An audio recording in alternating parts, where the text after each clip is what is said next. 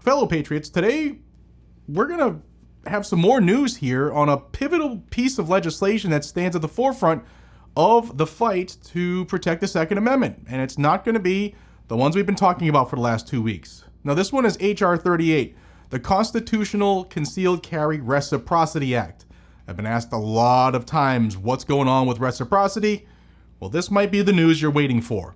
Imagine this. You're a law-abiding citizen, you've passed your background check, you've completed your training because some states require that, and you have a concealed carry permit.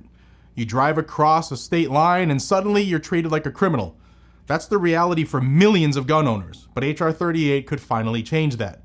For far too long, law-abiding Americans have navigated a confusing patchwork of state laws when exercising their right to carry concealed firearms. And H.R. 38 is the fix that's being eyed right now in the House. Introduced by Representative Richard Hudson, H.R. 38 seeks to ensure that if you are lawfully carrying a concealed firearm in your home state, you can do so across all states that also have concealed carry for their residents. While it's not pure constitutional carry, and it's not a perfect bill, which I think we need, is pure constitutional carry, this is a step in the right direction versus what happens right now. This bill reinforces the principle that our constitutional rights don't end at state lines. Just as your driver's license is recognized nationwide, so too should your concealed carry permit be. Well, 24 Republican attorneys general just sent a letter to Speaker of the House, Representative Mike Johnson, and House Minority Leader, Representative Hakeem Jeffries, calling for a floor vote and a passage of H.R. 38. Maybe they're trying to jump on this Second Amendment push that's been rekindled here during the bill for, the tax stuff, the big beautiful bill. And before I show you the letter that they sent, I want to give a huge thank you to our sponsor, Blackout Coffee, the unapologetically patriotic coffee brand fueling freedom-loving Americans nationwide. Whether you're pulling duty or heading to the range or just need to wake up and stay alert in these crazy times, Blackout Coffee has your back. You can save big right now, this weekend only, by jumping in on our Memorial Day sale. Now, through Memorial Day, take 20% off site-wide or 25% off orders of $100 or more. Plus, you'll get free shipping on those as well. Use code BRAVE3 at checkout over at blackoutcoffee.com/GNG. This is a very short sale. Take advantage of it site-wide. A lot of good stuff on there. Check out our hats and t-shirts, and we do tea. We do loose leaf tea and hot chocolate. Got a lot of stuff on there. All right, as a refresher, let's break down the four main parts of H.R. 38. Number one, nationwide recognition. Valid concealed carry permits would be recognized across state lines in states where their residents can also have concealed carry. Number two is protection of rights. The bill preempts most state and local laws related to concealed carry, ensuring uniformity and protecting citizens from legal pitfalls when traveling. And for folks who travel a lot, or for folks like me, I live on a border of 3 states, 20 minutes in the wrong direction could cause you into a jam, and I'll talk about that in a minute. Number 3, legal recourse. If a state infringes upon this right, individuals have the authority to seek legal action against such violations. And number 4, respect for property rights. Private property rights don't change. Private property owners can still retain their right to restrict firearms on their premises, maintaining that balance between individual rights and property rights. Now consider the story of Shaheen Allen, a Pennsylvania mother who was arrested in New Jersey for carrying her legally owned firearm. She just had the gall to cross the state line into a different country called New Jersey. H.R. 38 would prevent such injustices by standardizing concealed carry rights.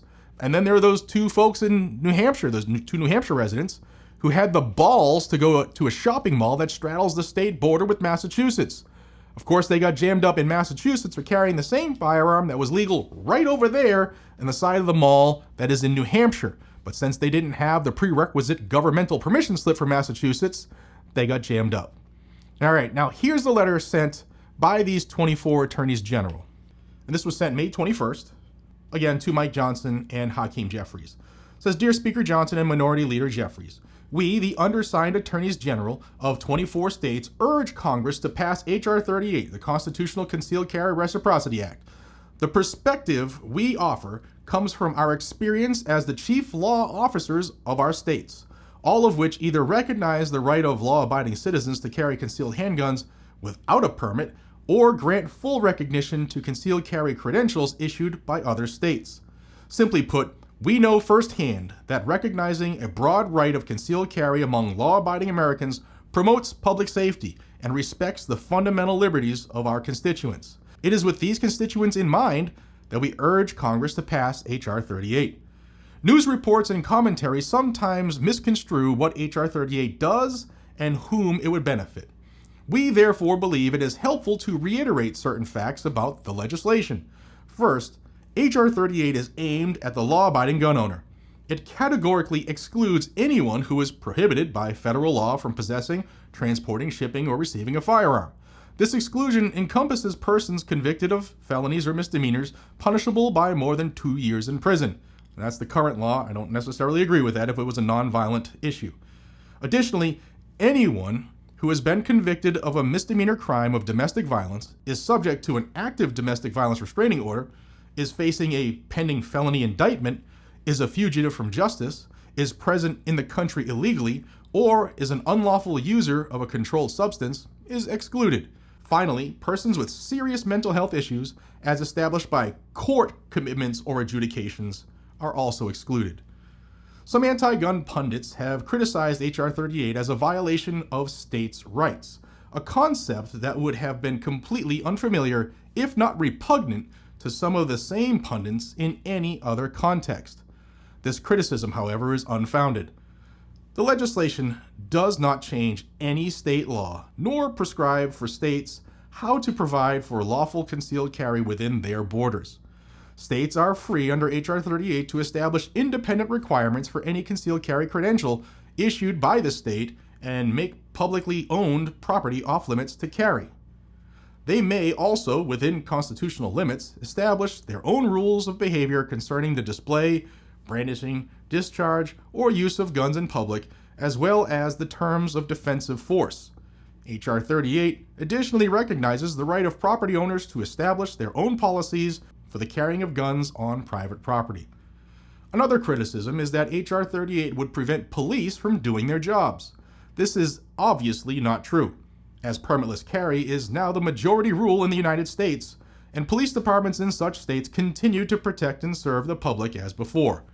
H.R. 38 recognizes the authority of a police officer encountering an individual with a concealed firearm to conduct an appropriate investigative stop, consistent with Terry v. Ohio, to determine the lawfulness of the behavior and whether the person meets the threshold for protection under the Act. If the individual does not meet the Act's thresholds, state law, including any licensing requirements or possession restrictions, remains fully enforceable. Any criminal conduct occurring in tandem with the firearm possession, example, possession of illegal drugs or traffic offenses, would of course remain subject to the full extent of the law. Finally, critics of H.R. 38 complain that it would force states with strict permitting standards to accommodate carriers from jurisdictions with more lax requirements. What this typically means, however, is that some states, despite the U.S. Supreme Court's rulings to the contrary, make getting a carry license as expensive, burdensome, and bureaucratic as possible, simply to discourage citizens from exercising the right. But failure to acknowledge the right is not the same thing as permitting only the safest people to carry. There is substantial evidence that concealed carry licensees are more law-abiding than the general population, to include police. Yet, there is zero evidence that any state has better standards for screening out dangerous individuals with its licensing regime than any other state, especially considering H.R. 38's own exclusions. New York, for example, used to limit the number of people who carry by forcing applicants for a license to demonstrate an extraordinary need for self-defense. This had nothing to do with choosing the safest applicants, however, and indeed, the may-issue nature of this regime promoted corruption within the New York City's licensing authority, with officials convicted of accepting bribes to issue licenses even to those who would fail the objective requirements of a licensing regime. Similarly, Los Angeles limits the number of people who carry by charging exorbitant fees and making applicants wait a year or more for their licenses to be issued. That has prompted a civil rights investigation by the United States Department of Justice. but it has not resulted in only safer people being issued licenses in Los Angeles. Criminals, in our experience, do not wait for permission to carry guns. H.R. 38 is not for them. It is for honest, law-abiding citizens who deserve to have the means to protect themselves should they have the misfortune of needing to use a firearm in self-defense or the defense of their loved ones.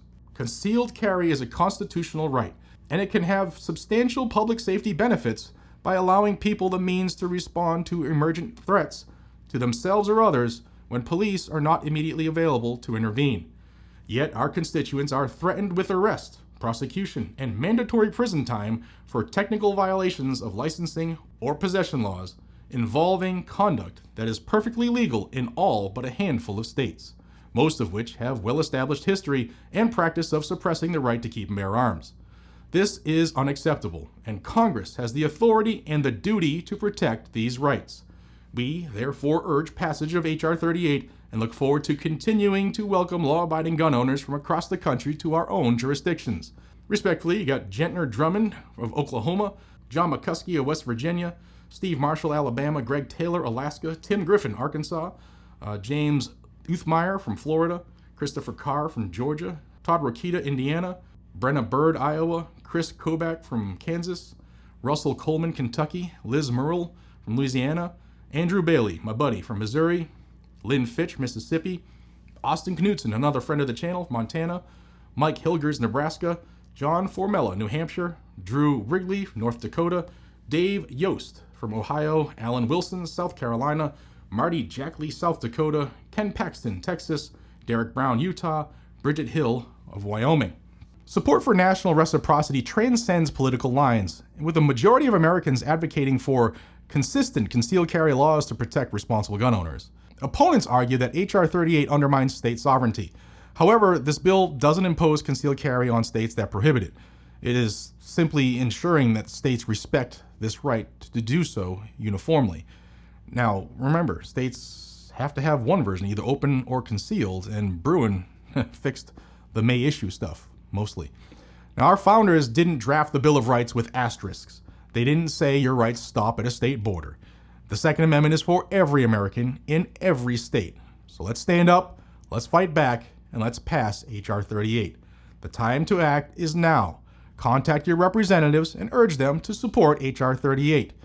Don't forget to like this video, subscribe to the channel, and hit the bell so that you don't miss the next update on this and other Second Amendment news. And once again, a big thank you to today's sponsor, Blackout Coffee. And until next time, stay safe, stay free, and keep fighting for the Second Amendment. Take care, everybody.